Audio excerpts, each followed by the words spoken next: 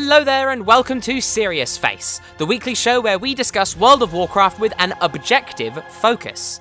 Everything from the big events of the game to the design of World of Warcraft will be discussed, focusing first on the positive aspects of the topic, then moving on to the negative aspects. A conclusion will then be reached. If you have suggestions for topics, you can leave a comment below or contact me using the links in the description. This week's topic will be Warlords of Draenor's launch. It's quite the topic of controversy one way or another, and people have very strong opinions about it. A lot of people have either ignored it or given Blizzard a lot of leeway, and a lot of players have been very critical of it, and they've cited a lot of reasons why it could be a nail in World of Warcraft's coffin. So let's quickly overview what happened at Warlords of Draenor's launch. So when Warlords of Draenor launched, it faced major problems. Not only were there large amounts of lag, the servers were very slow, and of course there was a large influx of people, which made questing difficult because of the sheer quantity of players. But there were a lot of interesting and, unfortunately, experience-destroying bugs for a lot of players. One such example is the Horde Garrison. Now, if you're an Alliance player or you never really encountered this problem as a Horde player, much like me, then you may or may not recall at the beginning of the Garrison questline, you had to gather a few materials and then click on a telescope to start your garrison. Pretty simple. However, a lot of players lagged out and crashed at this section of the quest, and the entire telescope was covered in players to the point where you couldn't click it. Of course, players getting on large mounts didn't help this at all, but not only were players struggling to actually start the garrison, but when they reached it, they would just be stuck in the air on top of it, and unfortunately there was no way out of it. So not only that, but there were also quests related to Khadgar, who began the quest experience. A lot of players could not get him to start the event, they couldn't even get into Draenor, and unfortunately some mandatory quests in the quest chains were bugged to the point of not working at all. And of course the lag did not help this at all, to the point where you would be online and you could maybe chat with people, but you couldn't really use any abilities, and disconnects were very common. To make matters worse, Blizzard struggled a little bit with communication for a substantial period of time. For upwards of 10 hours, there was no support for the European community after the game's launch. I'm not entirely sure why this was, but it was definitely a point of contention for a lot of people within the EU community. These issues lasted for more than a day as well. It took nearly a week for things to become stable and for the servers to become consistently usable. And even then, servers were occasionally going up and down for maintenance. And eventually, over time, things evened out to the point where now we can rely on the stability of the servers to be consistent. So let's start with the positive aspects of this and defend Warlords of Draenor's launch. So, first of all, Warlords of Draenor's launch was to be expected. This has been an issue with pretty much every single MMO that has ever released, World of Warcraft's included. Right from vanilla, through Burning Crusade, through Wrath of the Lich King, through Cataclysm, through Mists, and now into Warlords of Draenor, the launch has always been difficult. There has never been any such thing as a perfect MMO launch. Servers are always going to struggle, and it's really not that much of a surprise that things were bad. They were a little bit worse than usual, yes, but it was not a surprise. And it's very difficult to really discuss server capabilities because a lot of people have experience in games because they've played a lot of them and they can start to understand the way these games work. And there are a lot of very talented people out there who understand games. But server capabilities are not the same as game capabilities. They're two separate things with two separate teams. Server capabilities do not expand at the same rate as games, their fans, and the expectations of those games. Unless you're a server engineer, it's impossible to really say for certain how this works, and it's very important that we don't overstep our bounds and make wild claims, because we just don't know how the process works. The two are completely different sectors. Game design and server capabilities and server management are completely different sectors, and each requires different teams. So it's important that we don't immediately go throwing accusations out there, because we don't really know everything, and it's very unlikely that we ever will, because servers are very complicated. Not only this, but the subscriber count has surged up to 10 million right before the launch, which was to be expected because Mr. Pandaria was kind of a little bit more of a niche expansion, I would say. A lot of people were either happy or unhappy about it. I personally liked it, but the subscriber count definitely surged up with Warlords of Draenor because it included a lot of nostalgia for a lot of old World of Warcraft players. And of course, this surge of subscribers no doubt caught Blizzard a little bit by surprise because 3 million extra players is quite the load to suddenly go onto the servers. It might have even been closer to 4 million players, maybe even more, which is just insane amounts of players logging on at pretty much the same time. It's very difficult for any server to withstand that. Not only this, but Blizzard were being repeatedly DDoSed. Now this is a distributed denial of service attack. Someone or a group of people spam the servers with requests to enter it. It's a bit more complicated than that, but basically it overwhelms the servers even more than they were already being overwhelmed. So it's very likely that the amount of players logging into the game at once was artificially inflated by all of these DDoS attacks, and unfortunately that affected the servers negatively. And there's not really much that can be done about DDoS attacks, unfortunately. So all of this, of course, was bad, but I have to say some players such as myself and my husband, we didn't really experience more than a few disconnects and about half an hour of downtime on the first day. We got all the way through the starting experience, we got through Frostfire, we did plenty with our garrisons, and we got into Gorgrond before we even encountered our first disconnect, which is pretty impressive considering all of the horror stories that I'd heard by that time.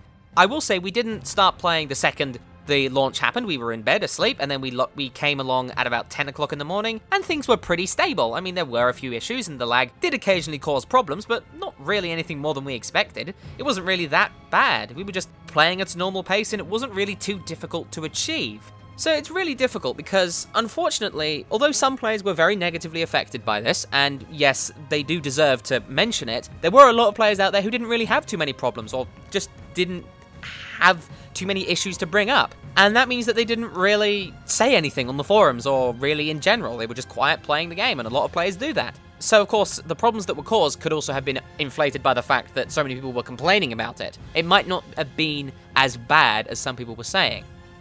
Alright, now let's move on to the negative aspects. Let's attack this critically, shall we?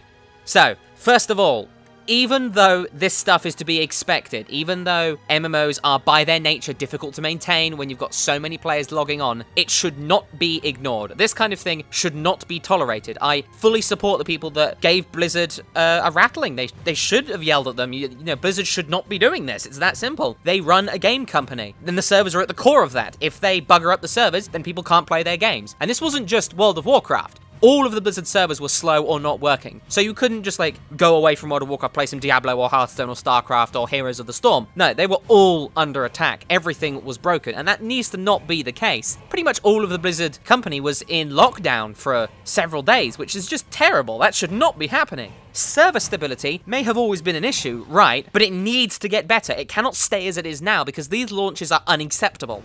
I think Star Wars: The Old Republic did its launch pretty well by staggering the flow of players, allowing some players in a few hours before others. They kind of did it in waves, and as a result, there weren't any problems at all, really. Of course, the only downside is that, you know, some players get to play it before others, but it's only a few hours. Surely that's better than a week of the servers don't work and everything is exploding and the players can't play the game. Server capabilities need to expand at the same rate as games. It's fair to say that they don't, right, but they need to, because their fans and their expectations will continue to grow, because games are constantly getting better. World of Warcraft will get better as we go along, and servers are a core part of World of Warcraft's experience. And if those servers don't work, the whole thing is ruined. And for a lot of players, they try to log on, they've taken days off, right? People have taken work days off to be able to play this game, and all they've done is sit there in a queue, or not even be able to log on, and it's absolutely frustrating, absolutely terrible, and it really is a very big disappointment. And of course it's fair to say, oh, that, you know, there was a surge of subscribers, right? But Blizzard are big boys. They have a detailed analytic department. They must have, right? Of course I can't go immediately saying, oh, you know, I know this, and this. Of course I don't. But they are a massive company. They must have a department of something like this. Because like I said, they're a very big company with a marketing department. Of course, you see the great big gore howl in the middle of the town square on top of the taxi, and they publicly announce their subscription numbers in quarterly reports. MMO Champion every quarter, which is a quarter of the year, which is kind of a business term. Every time Blizzard releases their subscriptions, it's up on MMO Champion almost instantly. They should have been able to see that this surge of subscribers was coming. They should have known that they're baiting nostalgia, and that these players would come rushing back. And a lot of these players subscribed and got back into the experience before Warlords launched. And there wasn't any server problems before Warlords launched, was there? Not really. So really, this thing should not have happened. The subscribers thing doesn't really make any sense. And, you know, you can say, oh, you just sleep through the launch and come along, you know, 10 hours or so later. But actually, that's not fair. Every player should get a good experience at this game, even those that want to stay up very late into the morning to play. These players that do this are among the most dedicated and loyal followers of Blizzard games. And what did they get as a reward for their loyalty? Punishment. They got told you can't play the game because it's broken right now. It's such a shame because these people took time off. They put everything aside, and these people are so dedicated, and they got rewarded by not being able to play the game that they love, or any of the games that they love, because all of the different games were down. And while it's fair to say that these DDoS attacks were a problem, Blizzard should be able to fight them off. There has to be a way. Of course, I don't know too much about it, but it's just a whole bunch of people sending in requests. Surely you can deny them or set up some kind of firewall, or I don't know. I mean, I heard from someone else a while ago that there is some kind of way to attack back, but that isn't technically legal, but Blizzard could put it in their terms of service, which personally I wouldn't mind, you know, punish people that tried to screw up your game. That sounds perfectly fair to me. And like I said, Blizzard are a massive company. A random group of people in a basement should not be able to bring down such a big company in their servers. It's happened to every single one of their games. And honestly, do you think that big companies are screwing this over? They might be doing these DDoS attacks, we don't know. But really, it's not that hard to pull off a DDoS attack. There are hacker groups out there that do that, and they're dreadful. They really are, but that's not the point. The point is that this should not have been a problem. I mean, it's happened to every single one of their games, just about. Goblins vs. Gnomes saw a lot of similar problems when it launched too. It had DDoS attacks up the butt. And really, the nail in the coffin for me is not communicating with its EU followers. This was a huge mistake on Blizzard's part. That even though it didn't affect me personally, because I'm in the US, despite having an English accent, this was a slap in the face to its loyal fan base in Europe. All of these people stayed up late, took work days off, all of that stuff, only to have the game not work and for them to take to the forums and to contact Blizzard and for there to be no response for upwards of 10 hours. How would you think that would make you feel if a game company that is normally really communicative, that talks a lot about the problems that its servers are facing and what they're doing to the game, suddenly goes silent for a while? That really sucks. And I wouldn't be surprised if they lost a lot of subscribers because of that. And all of this is not even mentioning the launch in other areas of the world, which we have very little information on. No doubt it was as difficult for them as it was for the EU and the US. But really, this is just unacceptable. How can games develop so much and the servers be lagging behind so much in terms of progress? Blizzard do really need to get their act together. So, now that we've both defended and attacked Warlords of Draenor's launch, let's come to some kind of general conclusion that tries to balance the two issues together to create a kind of informed opinion about it. So no one is doubting at this point that Blizzard made a mistake with the launch of Warlords of Draenor. The game may have been ready, yes, but their servers definitely were not. Maybe a little bit more time in the oven of development might have prepared the servers for the surge of players on launch day. It's hard to say because, as I've mentioned before, I'm not a server engineer, very few people are, and it's very difficult to tell exactly how the servers work, unless you work at the place, which is, of course, also unlikely. So maybe a little bit more time in development might have helped. World of Warcraft is without a doubt the biggest and most successful MMO in history, and it sets examples for the other MMOs out there. It sets examples for the genre. Buggering up a launch like this will not go unnoticed, and it reveals weaknesses in Blizzard's armor, and unfortunately a lot of other MMOs might use that to their advantage. We've already seen things like World of Tanks with its adverts running over orcs, and it's just kind of like politics, really. It's just attacking one another, which is just stupid, and Blizzard have just given more avenues for attack for other MMOs that want to take advantage of this. An interesting note is that Blizzard have recently upped their development team significantly. They haven't really mentioned numbers, but they have mentioned that the amount of people working on World of Warcraft has gone up, which is why Warlords took so long to actually come out. And of course, the fact that it had been so long might have had a lot to do with the fact that it was released maybe a little bit too early, not entirely sure. And although it's not really possible to guess if a bigger development team will help, we must hope that it will do so, because the launch is one of the largest and most crucial moments in an expansion's history. Warlords of Draenor is great. It is a great expansion, a great game. It might be the best expansion, and unfortunately it did not get the launch it deserved. The next expansion launch will show us a lot about what Blizzard have either learned or not learned, and if they do it right, they could gather a lot of very goodwill from their fan base. Unfortunately, if they also bugger up the next expansion and screw up again, the consequences, while difficult to predict, could be damning. So it's very important that we keep an eye on Blizzard and see exactly what their practices are, so that we can hopefully every now and then just poke them in the shoulder and say, you know, you buggered up Warlords of Draenor's launch. Don't do it again, because we love you. You're a great development team. You're a great company. We want you to do well. We want the games we play to work. Do it right. Take the time to do it right. Blizzard, you do that all the time. So if you do it right, people will love you all the more for it.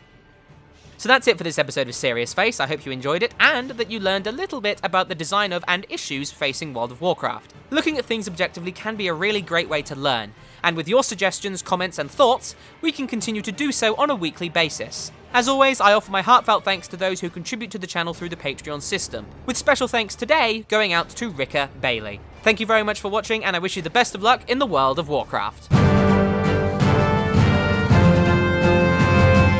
Because that is not what raiding is about. That's like saying, I want to do really well in this school class, let me do nothing and do no revision, let me just wing the whole thing. It's very, very unlikely that you'll do well. You have to put work into it. You have to research the fights, you have to research your class, you have to research the team you're with, figure out what works and what doesn't, and then you can start succeeding.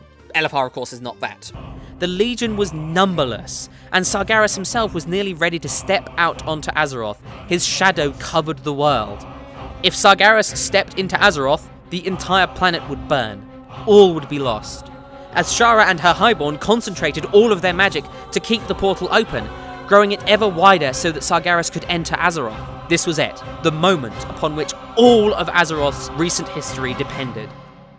Tell the game to activate your trinkets by typing in that number after /use. It saves you from having to type in the specific name of the trinket. So, here I will type in /use space 13. Then I will press enter to make a new line and type in /use space 14.